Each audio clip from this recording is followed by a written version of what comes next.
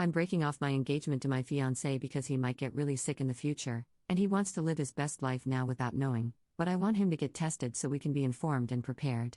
Posted by you/just need an Ammy, okay? My fiancé and I have been together for 5 years. He's the love of my life, and I literally can't imagine being without him. So the thought of doing this is making my stomach turn. He was adopted, and neither he nor his parents knew much about his medical history. A few weeks ago, he met his biological brother for the first time and found out that his birth father had passed away from Huntington's disease. There's a 50% chance that my fiancé also has the genetic defect that causes Huntington's, but he refuses to get tested. It's not the disease I'm scared of, it's the not knowing. If we know he'll get it, we can prepare financially, practically, and emotionally. He says a positive test result will hold him back from living his life, but I feel like it's the opposite. How can we live with this giant maybe looming over us? How can I make smart decisions about where to live, how to budget, or even whether or not to have biological children with this man if I'm not allowed to have all the facts? So, I've come to the decision that I have to break it off. I respect his decision, but I can't understand or accept it. I have literally no one I can talk to about this because it's his secret and not mine to tell. Top/relevant comments. Additional info from Up. I have to go to work now, but I'll try to continue responding throughout the day, especially to the comments that exactly mirror the dissenting voice in my head. I just want to clarify a few things up here. I would not leave him if he tested positive for the defect. I would not leave him if he got sick.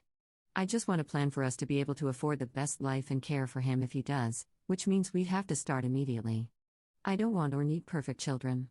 That isn't realistic. But it is possible to avoid them being subjected to a 50-50 chance of having this disease. Of course, there are alternative options, but again, they involve preparation and planning. I'm more than willing to take a full genetic panel as well. Yes, one or both of us could get cancer, become permanently disabled in an accident, or face any number of other things. But I've come to learn that you can't plan for every unpredictable thing life throws at you. This is the rare occasion where we do have the opportunity to prepare. Essentially, it comes down to the fact that we're incompatible, regardless of how much we love each other. I'm a planner, and he's very laid back. Until now, these traits have complemented each other, but unfortunately, they've brought us to an impasse that I don't think we can both move forward from happily. Commenter. He's terrified to know, and he's performing the psychological gymnastics of if I don't acknowledge it, it won't happen/it will go away. Give it some time. Talk to him, Up, and tell him he can't run from the potential reality, he needs to face it with you. Considering y'all have been together for so long, he should, I hope, have the courage to stand with you and face it together. Commenter 2. It's only been a few weeks. I'd give him time to process and absorb his feelings. Yes, a bad test result can very much affect one's outlook on life, and he'd be the one dealing with it. I know you're there to support him if he got sick, but in the end, he's the one who would be suffering from the disease. It's not the same. Tying your future to someone else definitely pulls you into things you'd rather avoid, so I understand your desire to plan and prepare for what you can, so you can better handle what you don't know and can't control. He deserves your love and support right now. You can postpone or see a couples therapist. Don't throw away a perfectly good relationship because your partner is still reeling from the loss of a father he never knew, the knowledge of a disease that could possibly kill him too, all with the pressures from a fiancé and wedding plans. These things take time. Op adds an edit to her post. I'm floored by all of these responses, supportive and otherwise. At the very least, I feel validated that this is a complex issue with no clear and obvious answer. I've decided to take a few steps back. Those of you who brought up the fact that a few weeks is probably too little time for him to fully process his possible diagnosis have a really valid point. Just because I want to immediately jump into problem-solving mode doesn't mean it's necessarily the right thing to do here. So, I'm not leaving, yet at least, and hopefully never. I'm going to find a therapist to help me work through my anxieties and give my fiancé some space, not literal, to work through his. And then we'll revisit this conversation, hopefully with more patience on my part and willingness to act on his. Update 7 months later. Hi, remember me? I posted earlier this year about my fiancé who was refusing to get tested for Huntington's after learning he had a 50-50 chance of having the genetic defect. Some of you gave me great advice and support, others the wake-up call I needed, and the rest of you, well, gonna read it. I'm not sure if it was obvious, but I was not in a good place when I made that post. When I stress, I don't sleep or eat. For him, it may have only been a few weeks to accept the situation, but for me, it was a few long weeks of nonstop anxiety where I was lucky to get even an hour of restless sleep a night. I was plain exhausted on top of everything else and only began to consider leaving when I started to hit my breaking point. Anyway, we talked about it. At length. We cried, we fought, we researched, I showed him empathy. We consulted with friends, family, and specialists. We pressed pause for days or weeks when we needed a break from the whole damn thing, and in the end, he agreed to have the test.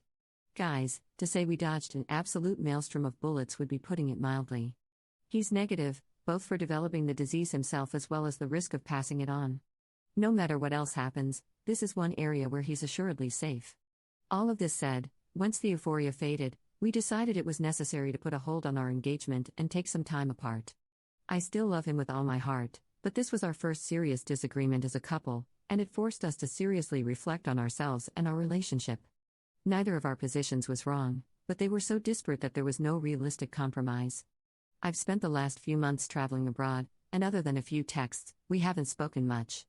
But I'm home now, and we have our second first date tonight. Wish me luck. _relevant comments. Additional info from Up. I mentioned this a million times in my first post, but here goes again. I had no plans to leave if he tested positive. I just needed to know so that we could plan our lives accordingly. We decided together to take a break. It's been an incredibly difficult, emotionally charged roller coaster of a year. I didn't leave him. We planned from day one to keep communication to a minimum. It was difficult. I actually began keeping a journal of all the things I wanted to call or text him about. It's extensive, and I can't wait to share it with him. I didn't give him an ultimatum, but I understand why that's the takeaway. I only told Reddit that I was thinking of leaving, and I know that it was rash and irrational. No, I'm not going to kill myself. Sorry if that disappoints you. Second update 1 day later. This title continues to be embarrassingly bad and now irrelevant, but I kind of feel like I'm stuck with it now, sorry. If you're new here, my fiancé found out he was at risk of developing Huntington's disease. I wanted him to get tested, and he did not. Months later, he did, and thank God, he was negative. The whole thing put such a strain on us that we decided to take a break. Last night, we went on our second first date. And I can't believe how many of you want to hear about it. Of course I couldn't leave you hanging, but there are a few things I want to address first, so please bear with me for a few more sentences. It feels like many of you are determined for there to be a bad guy here, but please don't put this label on my fiancé. He doesn't deserve it. He's not a jerk, a prick, or an ostrich. He's a man who was suddenly forced to face his own mortality. He had a very human response, and I didn't make it any easier on him during those first few weeks. On that note, it's great that so many of you guys always react perfectly to every tough situation life throws at you. I'm sadly not like that. Sometimes I screw up, like I did by not initially giving him enough time to process. But I owned up to that, took several steps back, and he forgave me. I don't know what else you want from me. Lastly, there are a lot of comments about how the obvious compromise was to just act like he had it. But you know what? It was the idea of living like he was dying that actually drove him to get tested. He didn't want us to unnecessarily save half our paychecks instead of using them to enjoy life. Or deal with the complications of IVF if we didn't have to. Or forego opportunities that didn't play nicely with the end-of-life care plans we'd be making. Essentially, he concluded, in his words, that the cat was already halfway out of the bag, and it could come out, but it was never going back in. If he was positive, we'd be obsessing over every little thing being a possible symptom. But if we left things as they were, we'd be doing that anyway. That doesn't mean it was easy at all. We actually had to make a second appointment to get the results because he couldn't bring himself to hear them the first time. But that was okay. I was there for him the whole time to support him however he needed me to. Okay, I'm done with that, onto what you actually clicked for. Do you guys know the feeling of watching your favorite childhood movie for the first time in years and being nervous that it won't hold up or have the same magic you remember? That's kind of what I was feeling yesterday, and I actually have to thank everyone jumping down my throat in the comments, because you did a great job of distracting me from the butterflies in my stomach. Well, the magic was still there. We may have spent months apart, but it didn't feel that way at all. In fact, everything felt even better and more comfortable than when we parted. We felt like the happy couple we'd been back in January before this whole thing started. It was like there was a weight hanging over our relationship that was keeping us from actually moving forward despite the good news, and it's finally been lifted. Before last night, I couldn't remember the last time anything with him felt bright and easy. But we're back, baby. I know the general consensus was that this was a dumb move, that we should have opted for marriage counseling instead of going our own ways for a bit. I'm not a relationship counselor, and I'm not recommending this method to anyone. I don't know why it worked for us. All I know is that we were both so drained at the time, and we each had the same gut feeling that a complete separation was what we needed. Our relationship had become far more exhausting than fun, and I honestly believe that we wouldn't have made it if we'd forced ourselves to work together to fix it. Again, don't take relationship advice from me, but trust your instincts, you have them for a reason. And I'm sure you'll be happy to know that he wasn't sitting at home pining for me while I traipsed around Europe not having sex with people. He was busy with his own adventure, he bought a car, we live in Manhattan, so that's a pretty big thing, and road tripped across the country. We stayed up all night sharing stories and pictures and telling each other about the people we'd met. It was absolutely amazing sharing our experiences with each other. I know it may seem like it would have been better if we'd done it together, but there was something really special about living it through each other's eyes. Anyway, we have the rest of our lives to travel the world together. Because we're not breaking up, suck on that, people who were hoping he'd leave me. Look, we know this new honeymoon period we're in won't last forever, but I really think we're prepared to handle whatever other challenges life tries to throw at us. Honestly, there's a pretty good chance we've already gotten through the worst one, knock wood, but even if there's something bigger and badder waiting for us, I'm completely optimistic we'll be okay. So, that's that. We've officially reached the other side of our first major life issue together. Did either of us behave perfectly? No. Are we going to be perfect next time? Probably not. Are we 100% committed to combining our completely opposite ways of dealing with crises into a superpower designed to crush conflict like a 90s cartoon? Absolutely.